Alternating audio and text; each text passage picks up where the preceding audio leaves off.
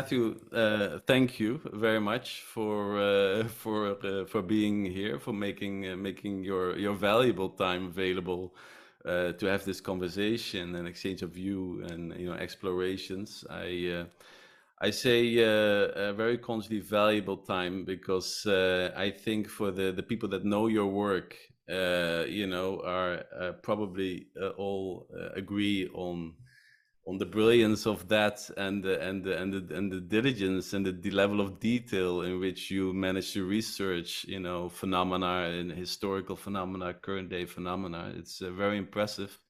So I'm very grateful to have this conversation with you, Matthew. So welcome. Thank you, Leon. I've been looking forward to this chat for since we met in Switzerland. Actually, it was a great. We had some great philosophical discourse, and when you proposed a little official recording of a Zoom session, I was very much looking forward to that. So it's been a couple of months now, and I'm happy we're finally doing this. Thank you. Yeah, that was a very interesting conference where we met there in Basel, Switzerland, in March. That was a great pleasure. Also, that was also, I think, a conference focused on how do we look at the human being, right? What is this human creature, this creature of spirit? This that element.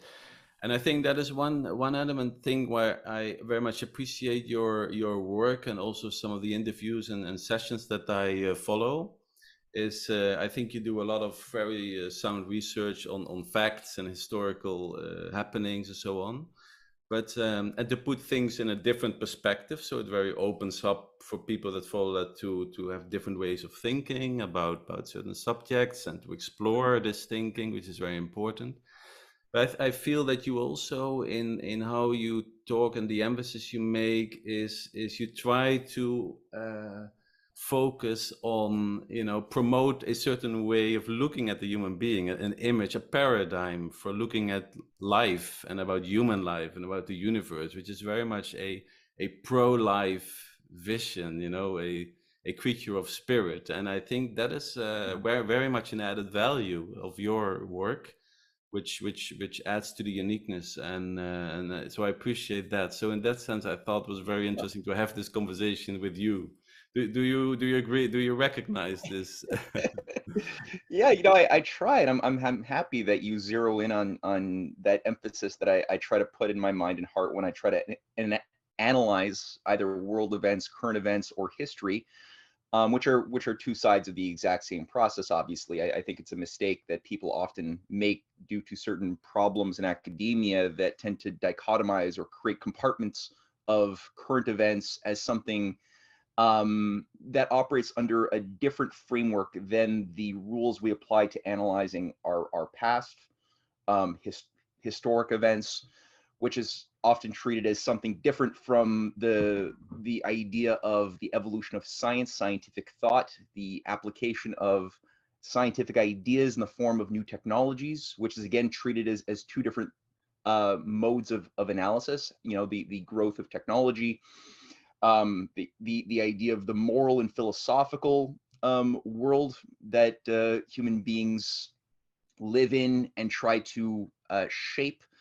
This is again treated in another compartment of moral philosophy, or the arts. This is another thing which has been really dichotomized, as well as people are often told you're either right-brained or left-brained, and you have to sort of pick which one you're going to live by as you go into this world. Are you going to be a left-brained, logical person who doesn't get bothered so much by matters of the heart or the emotions, because those are for the artists, for the right-brained people who are feelers. They're not thinkers. They're not supposed to be contaminated by questions of matters of logic, which will only tyrannize the artistic expression and freedom to just be an artist. An artist should be free of any tyranny of reason, right? And the scientist should be free of any pollution of emotion. And I mean, it's insane. It's insane because all of these things are different facets of the same human condition. Ultimately trying to navigate through this universe that we were created into, And so why would we want to dichotomize ourselves into these different things? And so I do try to unite as much as I can, Hmm. um, with a few core principles that I think apply to any field you look at. And I do try to encourage people to entertain this same method, which I find it bears a lot of good edifying results in my research, you know, in my series of history books, as well as the work that I've published over the course of the past 10 years, first working with the Schiller Institute between 2006 and 2017, and then becoming more of an independent analyst after 2017. I do encourage people to do that. And one of the key invariants is the question of the sacred, that Yeah. there is a sacredness of human life, just like there's a sacredness of all life, but not all sacredness is necessarily created equal. And to say that will often offend people, because they'll say, oh, if you believe in a human centric approach to the universe or to nature, doesn't that mean that you think that you're better than everything else in the universe as a human? And Yes. doesn't that mean that you think that other animals and other are bad? Because if something is better, then that means that everything that it is better than must be worse and thus bad. And it's like, no, I don't think that just because there is qualitative hierarchies, you know, the cube is hierarchically, um, it's higher up qualitatively than the flat plane. You know, like the simple area of a square Mm. is on a lower plane than the cube, and the line, which is simply one dimensional versus the two-dimensional square or the three-dimensional cube, the line is on a lower order than the square, or than the square. And you can prove that because you cannot, no matter how many lines that have zero width that you add to each other, you'll never be able to add all of these zeros up to get a surface. A surface has width, and a width is not the sum total of zeros, you know, lines. And same thing, you can't keep on layering squares on top of each other, hoping that you're going to get a cube. A cube is just of a higher order. Does that mean that the square is bad or that the line is bad? No, they're perfectly beautiful and good for what they are. But they're, you know, it's the same thing for monkeys. You know, you can keep on adding quantitative attributes to a monkey, Yeah. but and we're biologically very similar to other forms of chimpanzees that we might find in nature. Mm. But will that necessarily give you that qualitative um human that can do certain things with our mind conscience connection that's tied to free will that we don't seem to find in monkeys?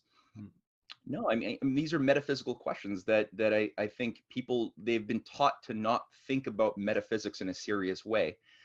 And so they become very susceptible to this idea that we are just our material aspect. We're Right. just, you know, the bodies occupying space in time, you know, that is very similar to other animals. And then they start building their constructs and their theories of knowledge and their theories of human society or economy or anything Mm. around these unexamined assumptions that humans are just another form of pleasure seeking animal, desirous of you know, increasing our access to pleasure and sex and food, and decreasing our exposure to pain, which might be something that is an element on a mechanistic level, but it's not all we are.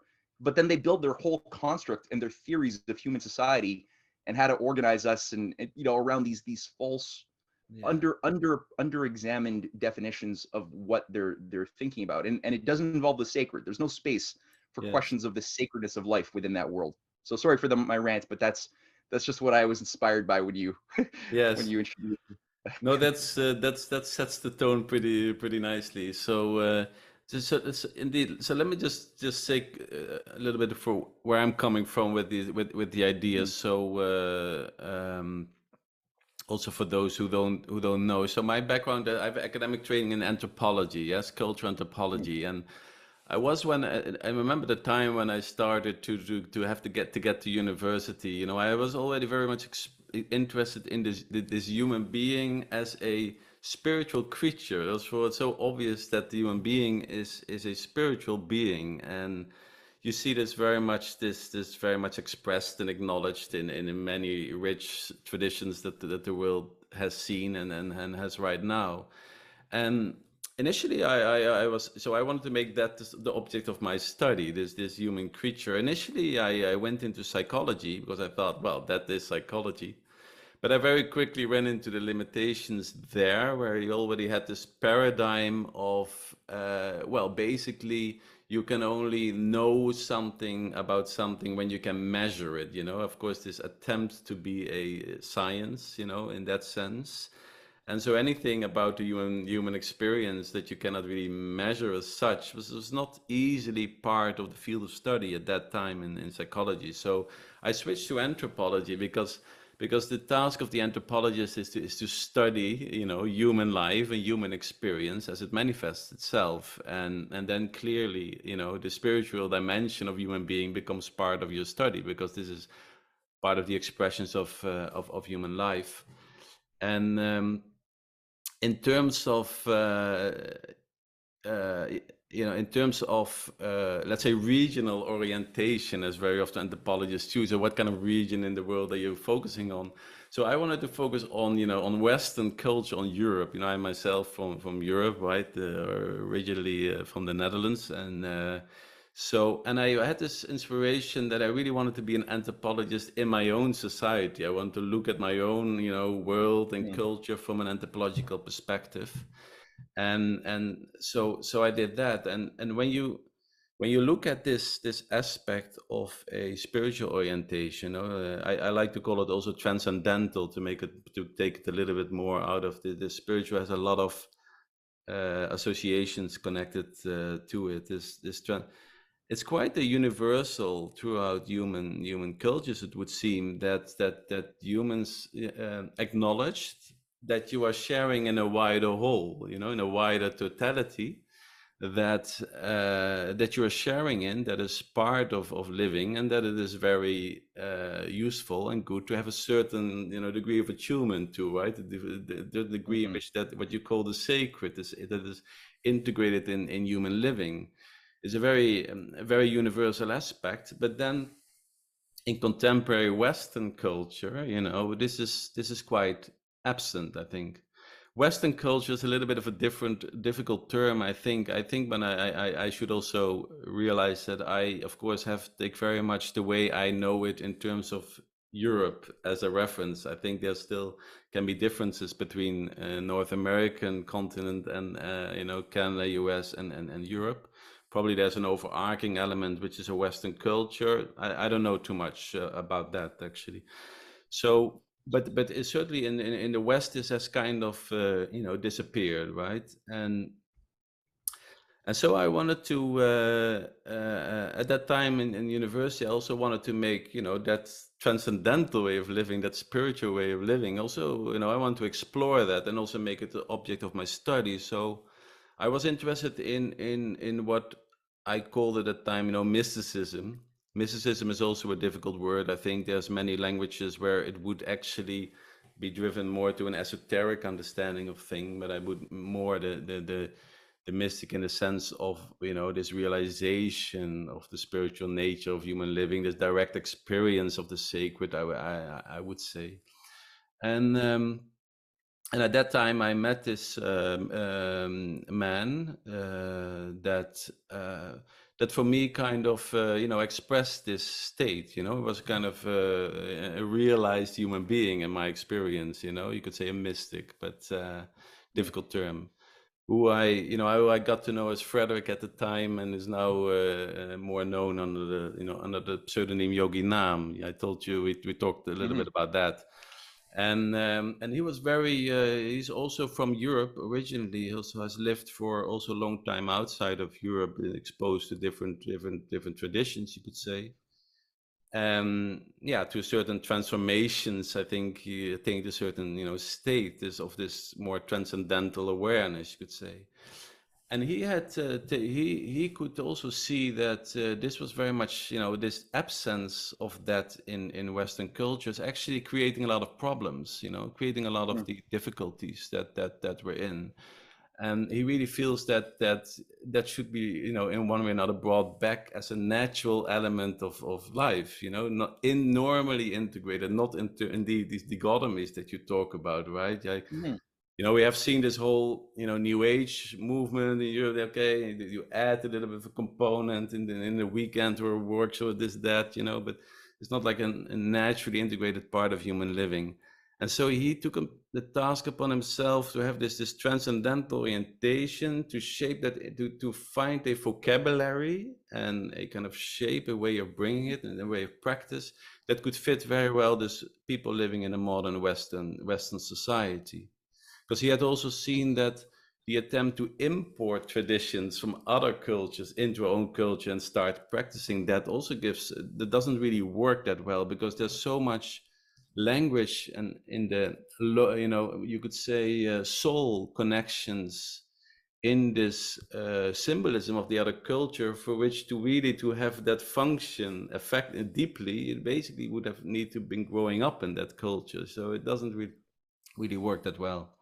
So I was very, of course, from an anthropological perspective, also very fascinated by that mission that he took upon himself, basically, and so I made him also that the object of my study. So my final thesis, where for the master in anthropology, was also a research about his work in the context of Western cultures. So that is a little bit the background, and I've stayed always very much a long time also connected in a foundation that was supporting his work, you know, and active with some centers that were created, you know, in Belgium and Spain. But then actually, in recent years, with the developments of that we have seen in recent years, the whole dynamic, you know, Yeah. in the world, and yeah, this anthropological interest was again triggered, and so I think that and then the NAM Academy was kind of within the foundation was established, where we said, which is a platform to have a more this academic approach of thinking about that type of thinking in terms of, you know, the transcendental nature of human living, and how that can practically find its way into human society, you know.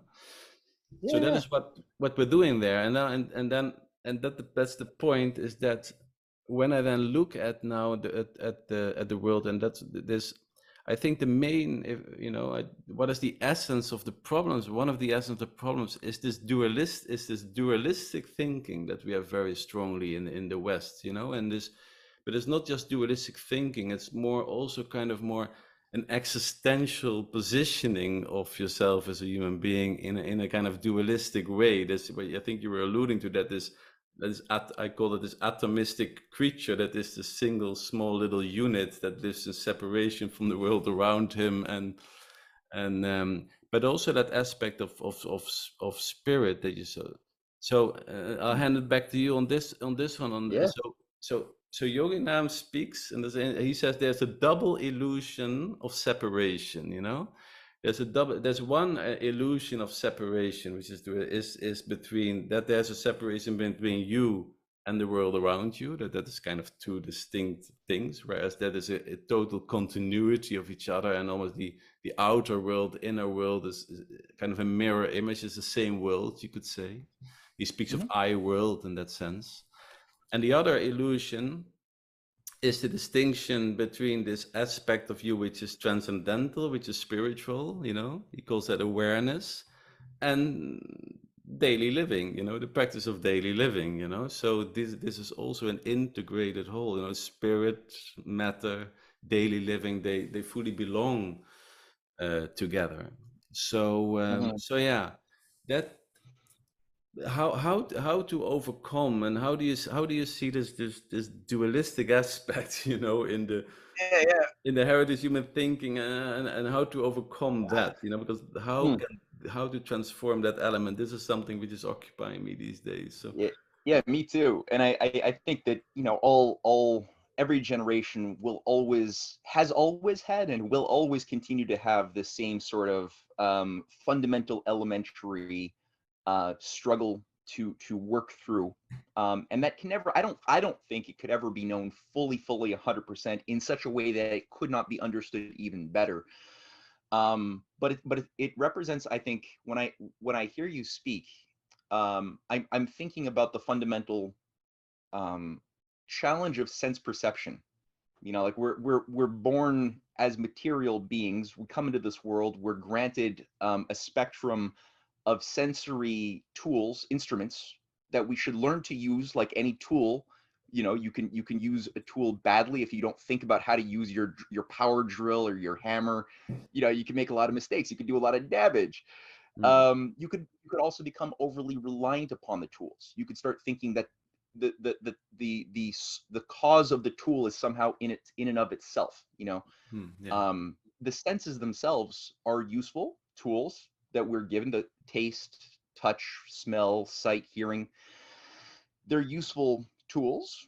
But I think oftentimes in an overly materialistic world, we tend to make the mistake of believing that the truth is somehow located in some combination of data which we get from those senses, and which we can then, as you pointed out with your problem that you encountered in psychology, we're told that we have to be able to measure everything if we want to treat it as though it is real, you know. And by measure, it involves, you know, functions of sight, the weight, the height, the electric pulse, the something that can be put on a Cartesian graph, charted, and then treated as a data set that we then adduce what is the cause of whatever it is that we're measuring.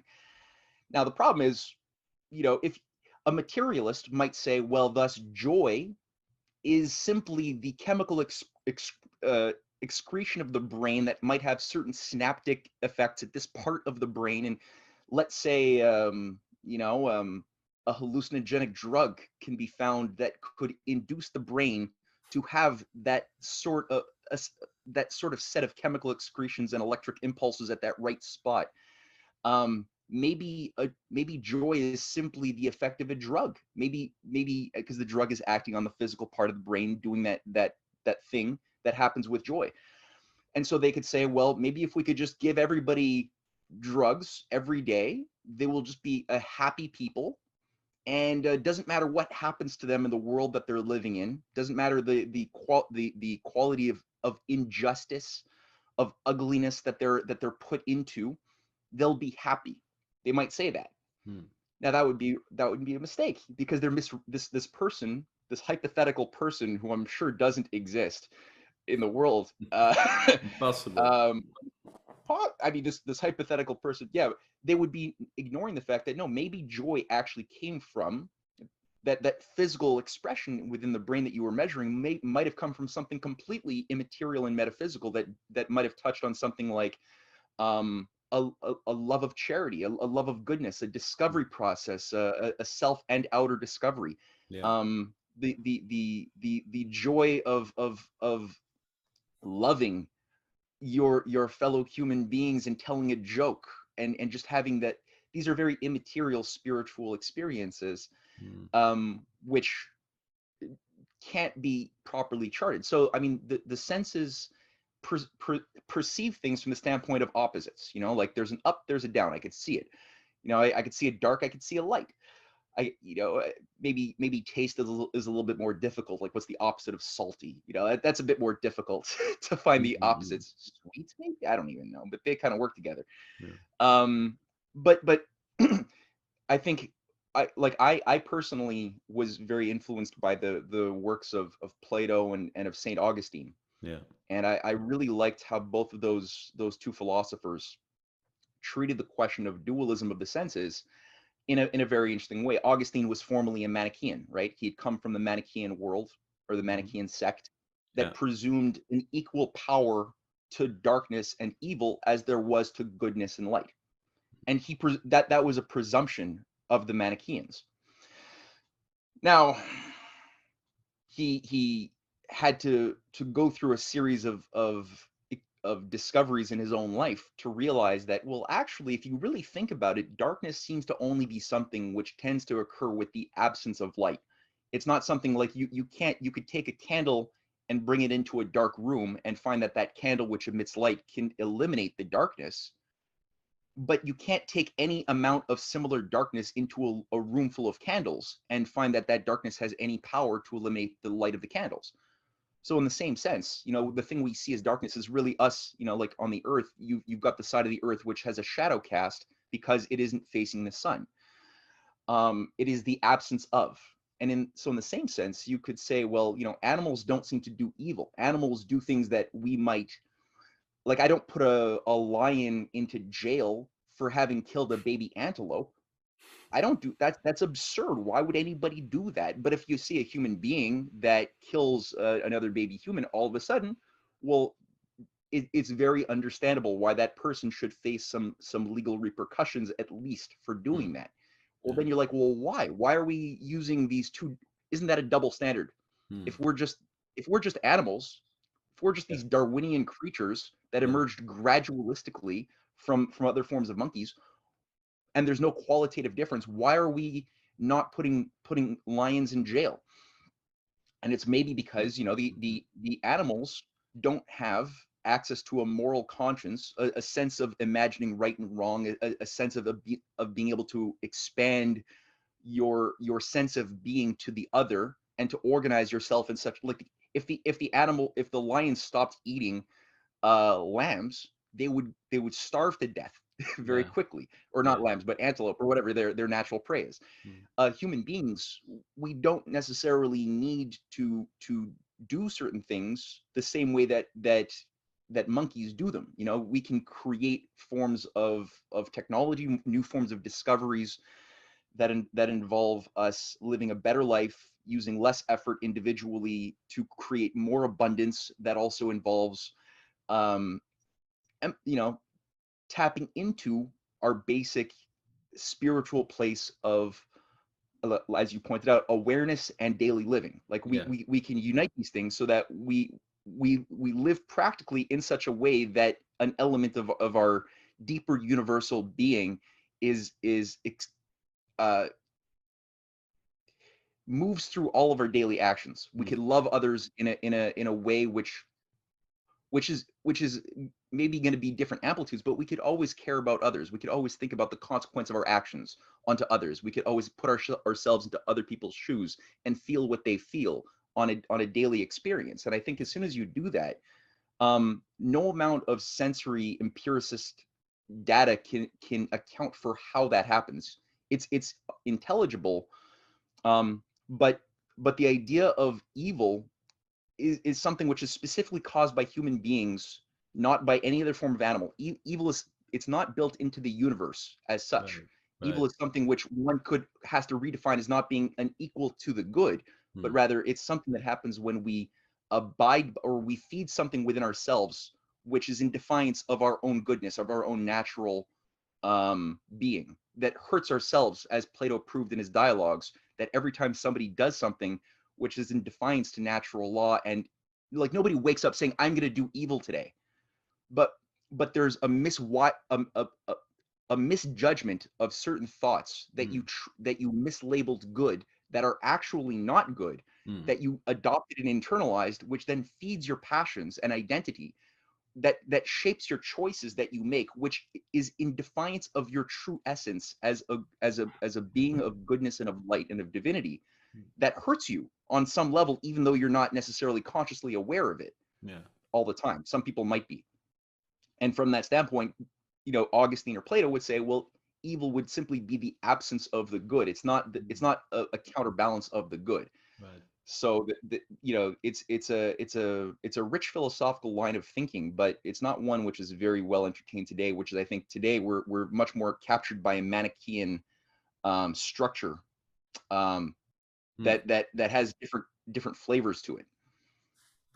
Yeah, Plato is was for me at that time a wonderful discovery in the thing. I thought, okay, at some point one has to check out what this Plato is about. And I thought, okay, let's see what kind of philosophical, systematic thinking I'm going to find here.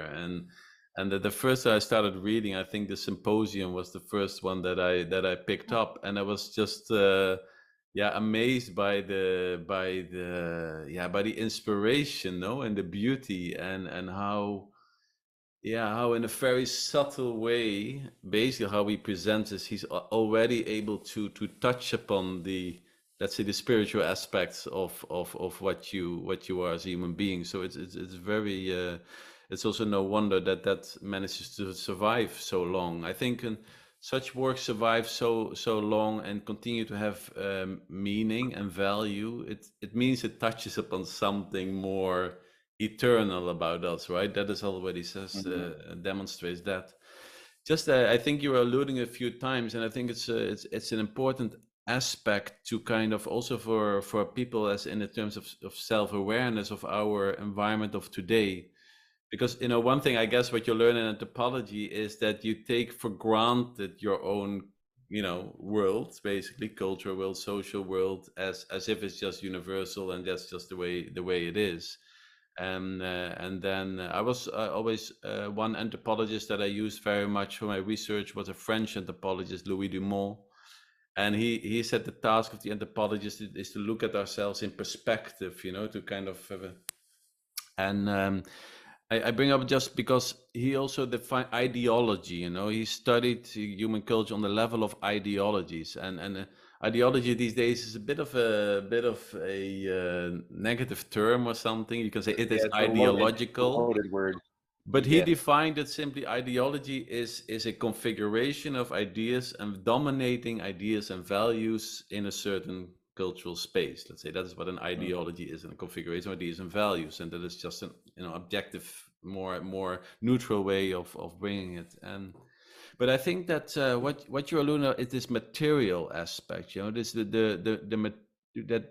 that we are very much, I think, going through a period where this materialistic, maybe this mechanistic materialist ideology, this way of looking at the world purely in materialistic terms is of course very strong, very very dominating, and also becoming stronger. And I think what I would say is how this developed. Let's say at some point, in the West, there was this the atheist secularist drive, right?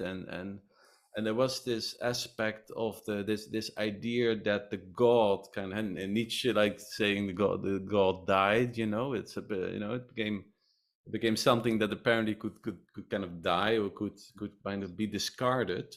And what Yoganam always says is, in that process of development, he said we threw away the baby with the bathwater, because there were maybe reasons or motivations that God was image was not practical or useful anymore, at least not in the way it manifested. I guess I was not there, but by discarding that, we also discarded this very daily living, this transcendental awareness, to be able to orientation to a transcendental nature of living. And so that disappeared with that. But I think if you look at then a Western thinking, there was this you have spirit matter, and already, although these are, I think they also talk about that they are fully integrated aspects, they belong together in a sense. But when in a Western thinking, when these become treated as two separate kind of aspects, then at some point also, apparently one of them can just disappear, and so spirit that just disappears, and we have only matter left. And now we think, and then it becomes all on. And now we only have matter through which to make our world meaningful, through which to understand our world. And then also, I think for somebody that is in that ideology, in that spectrum, I think also that that's also all there is for the person, and then something which would be more a matter of the spirit, more transcendental, Yeah, it becomes more, yeah, that's just this imaginary thing probably, you know. It's like Yeah. or I don't know what. And I think this is very much what has been happening. And I think what, yeah, this orientation of matter, also it speaks a language of limitation. No, then you also said, okay, then you, oh, then the life is also then limited, and and I think that I have the feeling that that is driving, yeah, our thinking very much right now. And yeah, it is also not very much, I think it is not a very, you know, this pro-life vision you don't get from that. No, it is, everything is kind of measured in terms of a materialistic universe. If you don't have this dualism between spirit and matter, that divorce between these two elements can never take place, you know. It is I like to use the term, you have dualism, but I like to also use the term monism, you know, in a sense of if you say, okay, you can position yourself dualistically, you know, as a kind of, oh, I'm a kind of in a separated from something else, and it's kind of a limited creature, and outside there's nothing. Or you can position more yourself existentially monistically, which is you are aware that you are sharing in something bigger than you, in a wider whole, in a wider universe that you are sharing in. No, that you are. I think that is the monistic aspect. You know, I don't know if that makes sense to you. That type of word. People like to talk about holism. You know, and that's probably similar. But I feel that the whole idea of holism, there can be still hidden dualism in that aspect. And yeah, I think that if I see, for example, in the thinking of Yogi Nam, he brings back this monistic element, you know, this monistic experience in the transcendental, you know. Because he says basically, like, you know, all the a spiritual tradition is always a vocabulary and a form through which that transcendental can become made meaningful in life, and get activated in life, you know.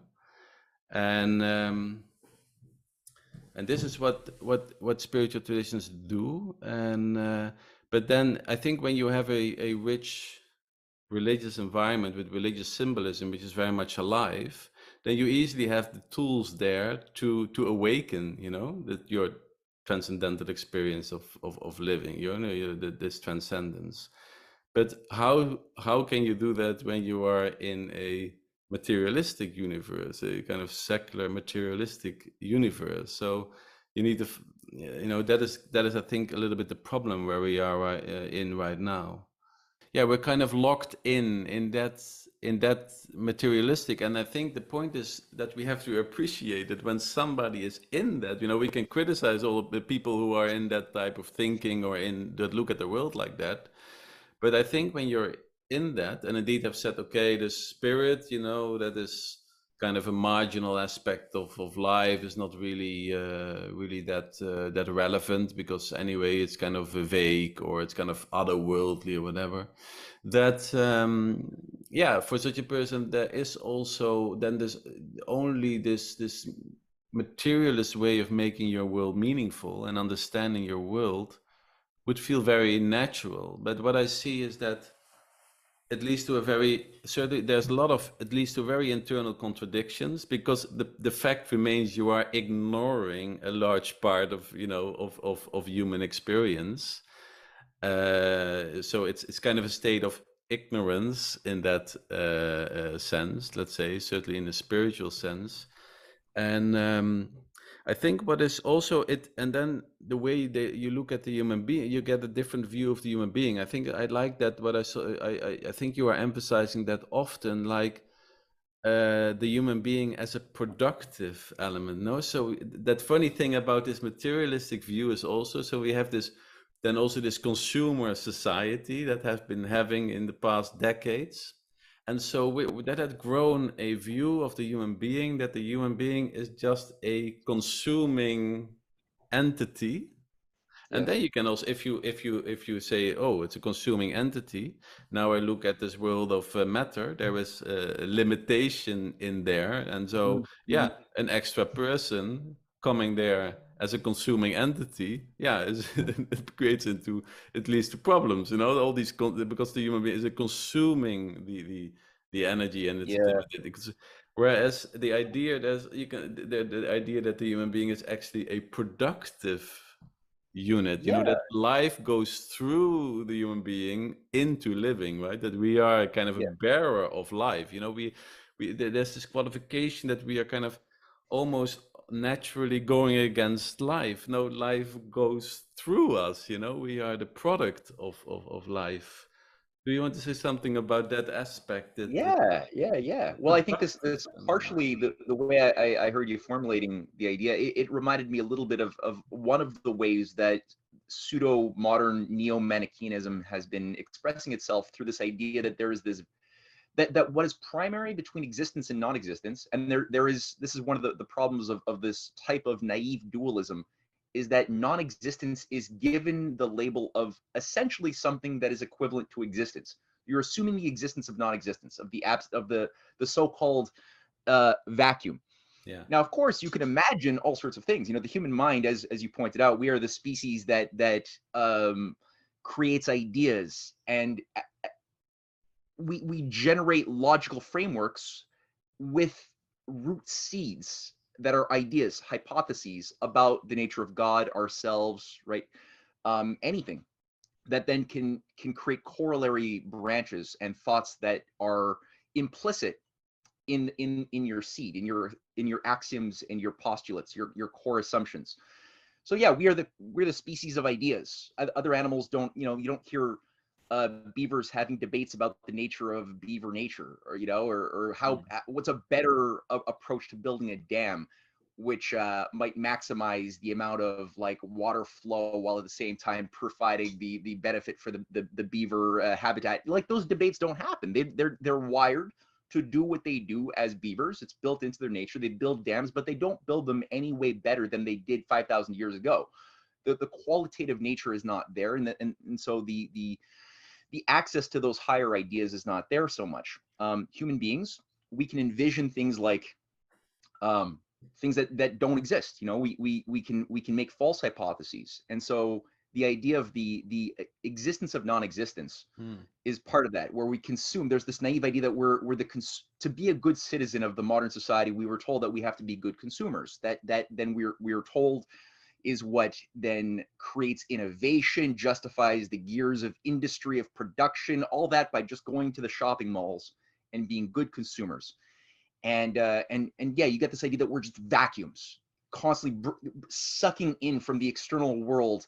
That then naturally, if that's where we place our emphasis as an identity, well, then that's going to make a smaller and smaller piece of the pie over time, right? We're going to be that's less to go around for everyone else. The more you consume as individual vacuums, you're not the emphasis is not being placed upon creation, because obviously everyone has to consume or else your body withers up. You know, you don't do well without water or food over a long time.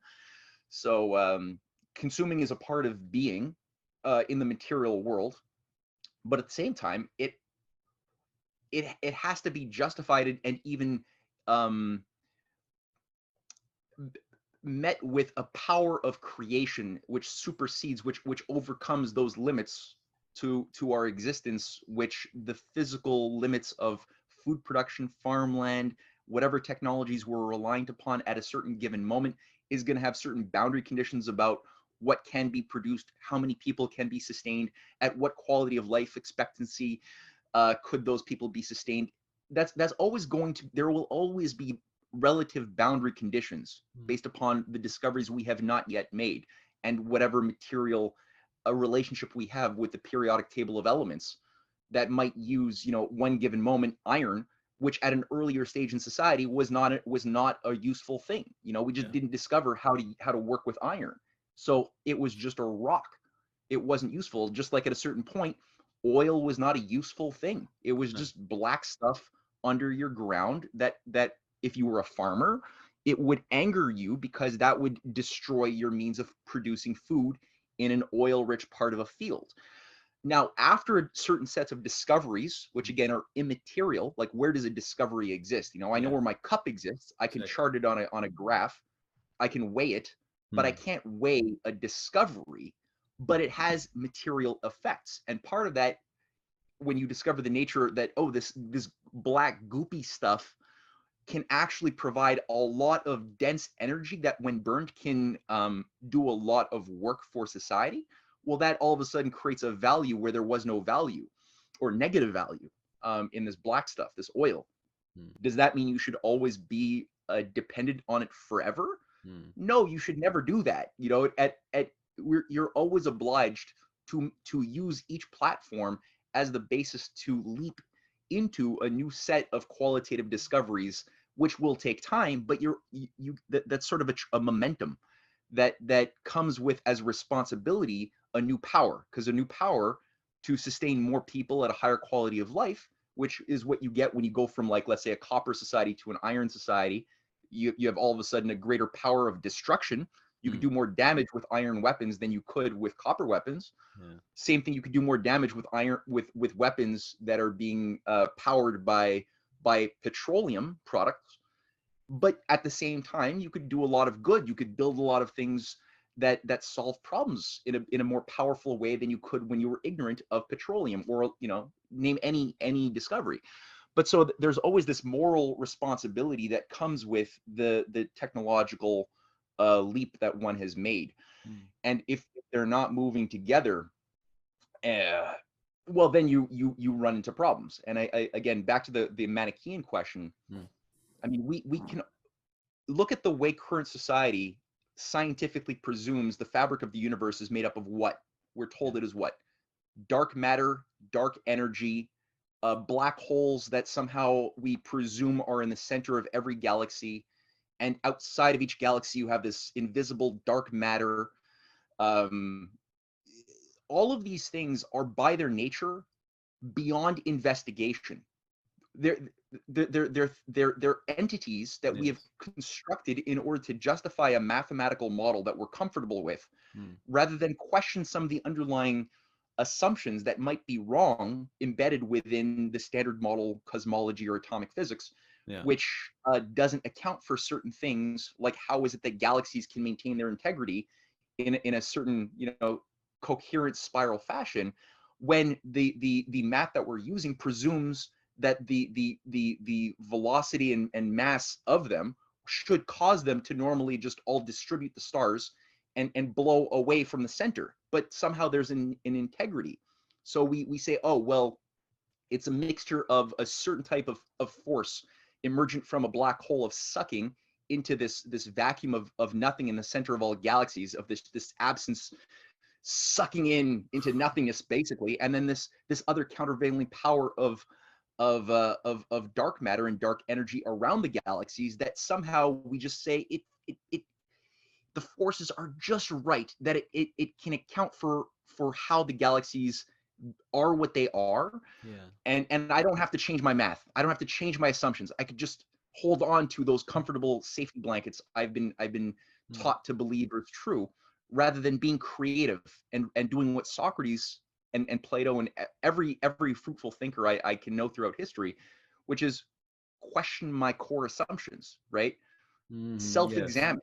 Exactly. But they don't want to self-examine. There's just a lack of humility, which again is another metaphysical question, like humility and its inverse, pride, are matters of the spirit, of the soul. If you lack, if you haven't exercised that muscle of being humble with your thoughts, with yourself, your ego might become overweighted, and you'll have a whole distorted set of thoughts, consequently, that you'll build upon yourself, which will disrupt your natural God-given ability to be a creative participant in the unfolding of universal creation, which is what you've always been wired to do. You know, like when you look at a baby, look at small children, they're constantly asking questions like, why this, why that, why? They have no pride, no arrogance. They're just going out in awe into the universe, and just like sucking up languages. It's beautiful, and it's everybody has that embedded within them when we're brought into this place.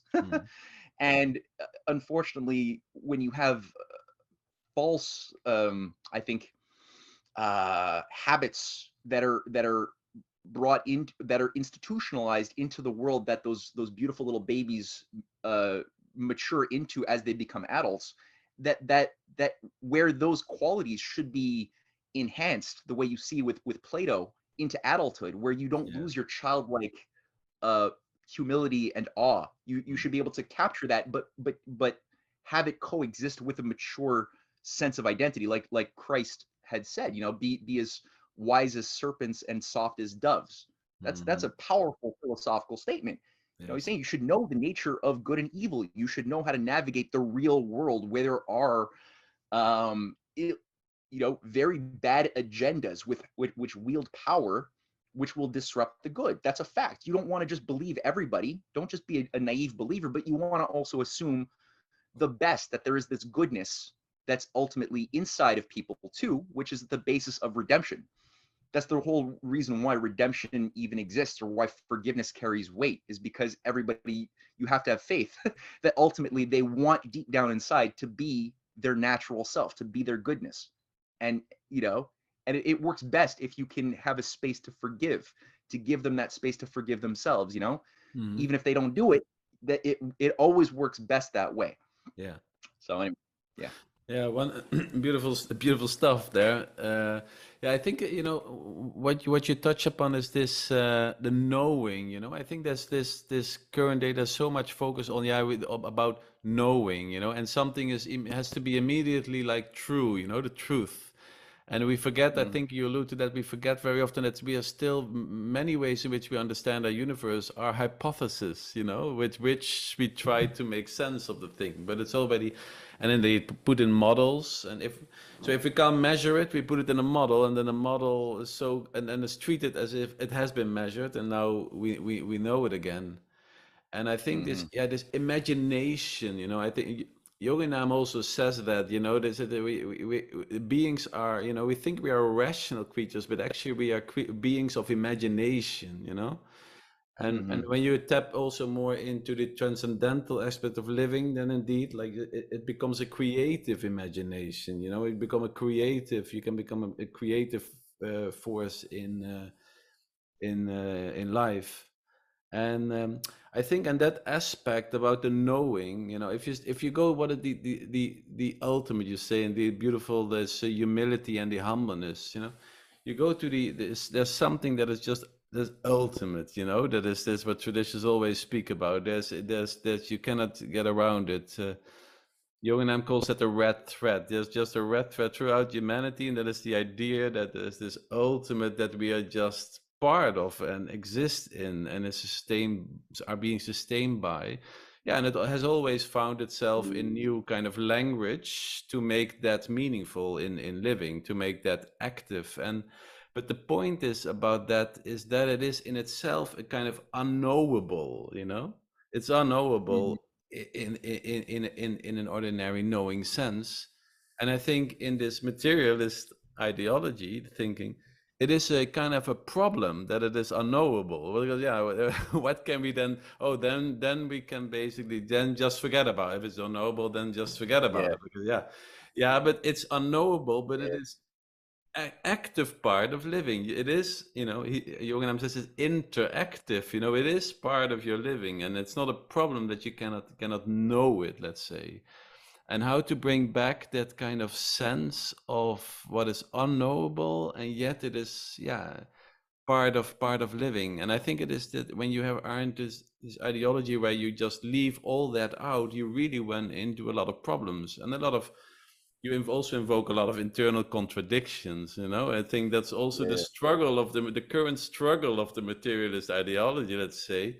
That is my thesis, actually, that I wanted to share with you, is that, the problems with the materialist ideology is that it is, of course, just focuses on just a limited part of life. And then, of course, you run into all kinds of contradiction and problems, but basically you can't sustain that then, and of course the idea is of the that you then move beyond it because, oh, you know, the hypotheses don't really work out well. But no, you try to kind of stick in it and defend it and say no, and the rest is just wrong information or Yeah. irrelevant.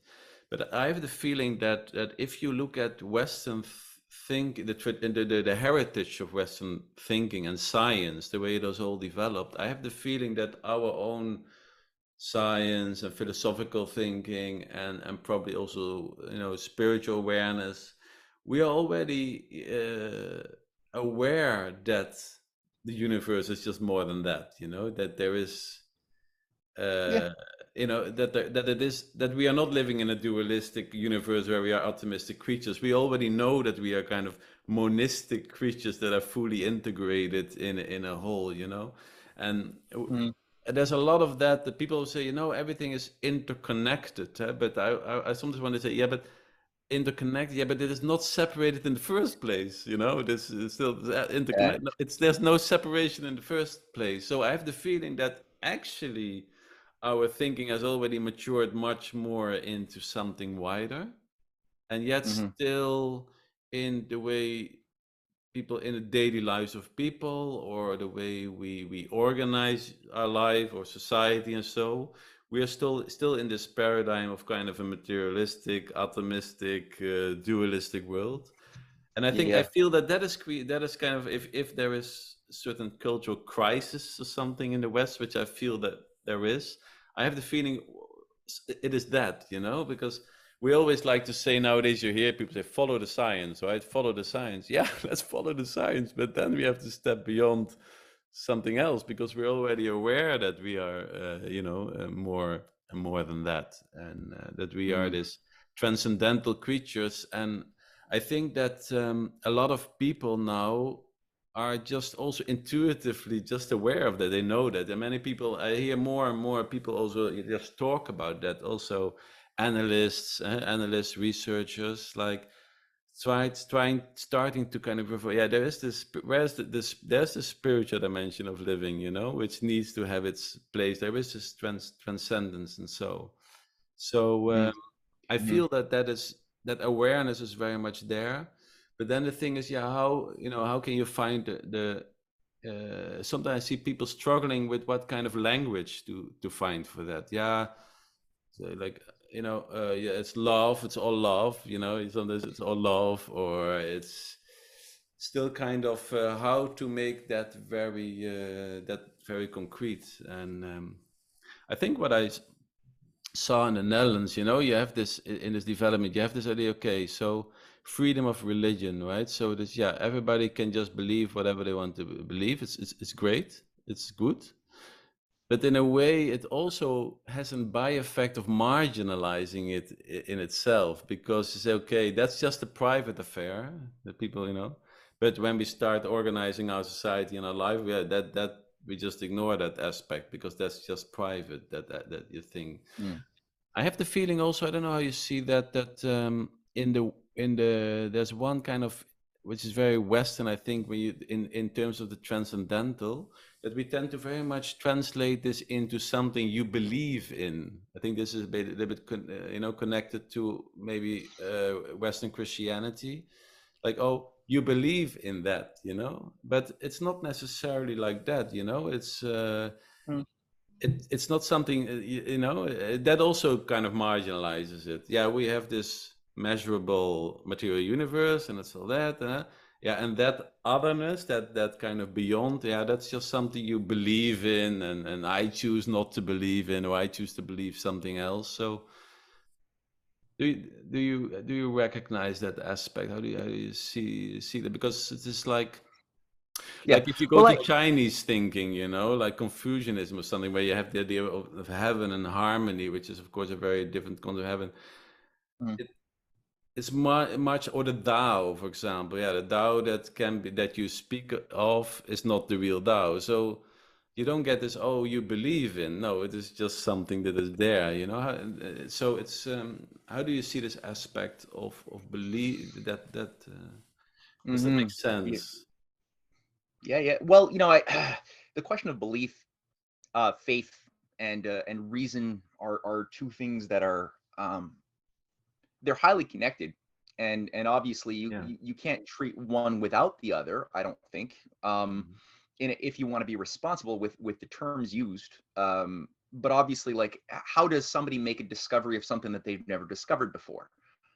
Well, they have to believe that there's something to be discovered, right? If you have a scientist who's a nihilist, or they call themselves a scientist, but they don't believe that there is truth to be discovered, because whatever model that they were given, they're happy with that. They were told that that's all there is. Yeah. So there's nothing, and because that there's this idea that has permeated modern society really badly, I believe, I think very destructively, is this idea of absolute relativism or randomness. Yeah. That at the heart of causation, we have to assume, whether it's in biological mutations that give rise to new species in a Darwinian fit for survival of superior races, which grow and mutate out of random chance mutations of bigger claw that allows them to, thrive where their competitors did not mutate a new claw.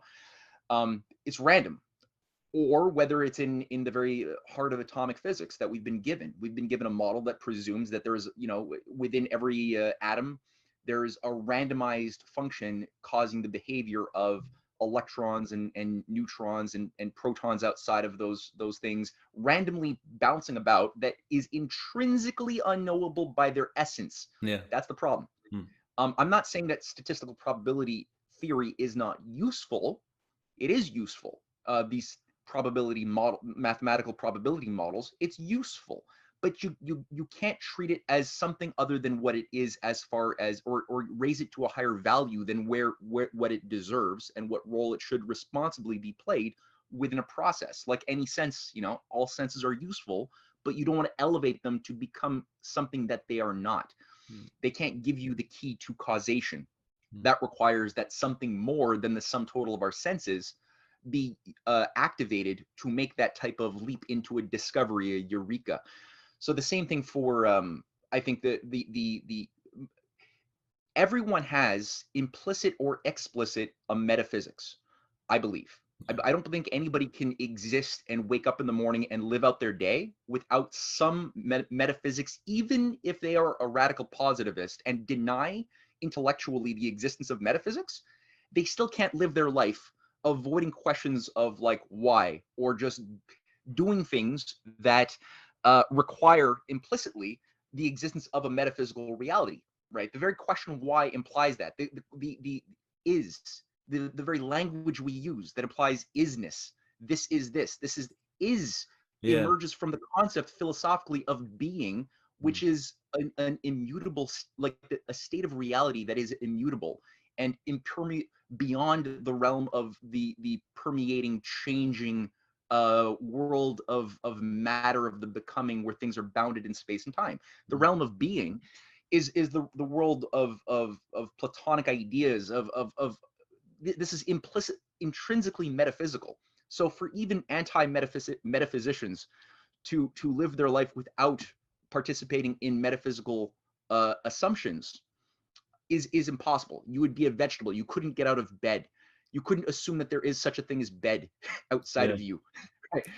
So all that to say, the question of faith. What if you want to be a productive person, you have to sort of presume that there's a better part of you that you want, that doesn't exist yet, that you want to bring into being ever more really, in a more perfect way than it is now. You have to. You have to be able to look upon your past and ideally see something in your past that you have been made, that you are better than, because you have improved, you have learned, you have qualitatively become more wise if you have made choices that are satisfying, and you want to ideally be able to think of yourself 10, 20, 30, 40 years in the future and think, okay, is that future me, or maybe even my great grandkids thinking about my life? Am I or my grandkids looking back at me with pride that I made the right decisions, right? That I'm proud of myself? Or is that future me ashamed of myself? That future being that I want to bring into being, or those kids that don't exist yet, are they ashamed of me? Are they thinking, oh my God, my grandfather was such a mess. What a disastrous set of decisions he made, doing XYZ. and so that helps enormously, being able to leap outside of your ego self, out of Yeah. the flesh, right, and Yeah. into both your future self, your past self, others that are not even you, and that requires this imagination, right? Mm. You have to have faith that all of this exists to even do the exercise properly, so that that faith thing is bounded by reason, but then the reason is also being shaped by faith. So there's a dance. But I think the problem becomes blind faith, when people start telling you just believe without reason, right? That's where I think you start seeing examples of disastrous um, human beings behaving disastrously throughout history, being Yeah. manipulated by high priests, being Yeah. manipulated by their own stupidity, giving support to actions politically that resulted in the unnecessary deaths of millions or billions of innocent lives, including sometimes their own. Yeah. Because we've all been told to have faith in the authorities, have faith in the high priests, have faith in the experts, have faith, but don't have faith in your own power of reason. You Mm. know, don't do that. You're not qualified. Um, so, a lot of the problems of the Christian world, and I think of every culture that I've looked at, has sort of this battle between formalism and spirit. Right. This is where the Buddha emerged when he couldn't find. It's a very Christ-like story, right? In a world which he thought he was sort of like cloistered as a young person from a noble family. He believed that the world naively was this good place. He believed the authorities, and then he went out and he saw the world, and he was like, "Whoa, there's injustice and poverty." And he asked all of the experts, the same way that Christ asked the leading Pharisees and rabbis, why, like, if we believe in all of these great thoughts, why is this happening? And he couldn't get any satisfying answers, and recognized that there was an over dependency upon formalism and law to Yeah. explain things away, but lacking of the love, the real heart that animates that gave original vitality to the laws. And when the heart disappears, and this usually happens when any institution is brought into being, if it can't be renewed by the original loving creative spirit that gave birth to whatever structure, Mm. it will come corrupted, encrusted, and it will stagnate and ultimately become the same sort of ugly thing, if it cannot be renewed by somebody who walks the walk, Yeah. like a Saint Augustine or a Paul in the case of the Christian Sure. matrix. Mm. You need to have like a Paul to renew it. You need to have a St. Augustine. You need to have a Thomas More or an Erasmus to Yeah. renew it, a Martin Luther King Jr. And if you don't, they'll always go the same way. And I would imagine that, well, not imagine, but I know that in the case of the Confucian systems as well, they became very encrusted by formalisms, the rites, and they lost the love at different times of Mencius, of Confucius, his Yeah. teacher. Same thing for the Neoplatonic schools of, there's many cases of corruption of the Platonic schools, which gives Plato a very bad name. And a Mm. lot of evil has been done in the name of Plato, just like a lot of evil has been done in the name of Christ or Confucius or Yes.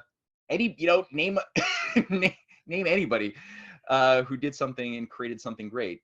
You'll find that this sort of thing tends to arise, and I think it all happens to be tied to the faith reason relationship Mm. and how they dance together or don't dance together. Yes.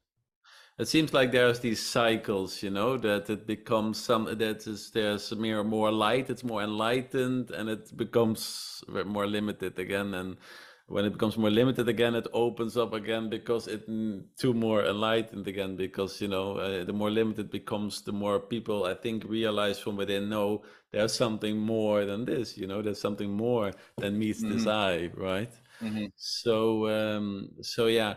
I very much appreciate to have this exploration of a paradigm of a human being, of a creative human being, the creative spirit of human being with you.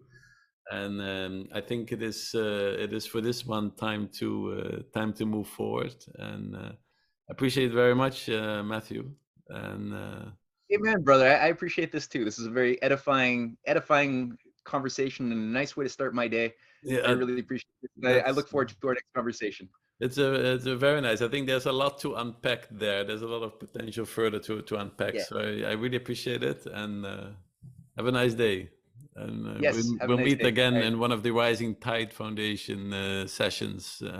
That would be wonderful. Yes, I look forward to chatting more at our weekly events. Yes, I All think right, take care. you're free if you want to in this broadcast say something about the Rising Tide. You're free to do it. Sure. Yeah, I've got 1 minute. Yes. So yeah, sure. Rising Tide Foundation is a platform that I created, a nonprofit based upon culture and educational work that I founded with my wife Cynthia Chung, who's a co-author with me at a few news platforms. And we host weekly seminars. I know yourself, you've been involved in some of these every Sunday, as well as we do study sessions of the original writings of people like Johannes Kepler, how Kepler made his discoveries of universal harmonics and the planetary motions, Plato as well, and Leibniz we've been reading. So anyway, these are things that we do all the time. People can go to risingtidefoundation.net. They can also pick up our books on a recasting of universal history and a lot more. So that's risingtidefoundation.net or canadianpatriot.org, which is my other website.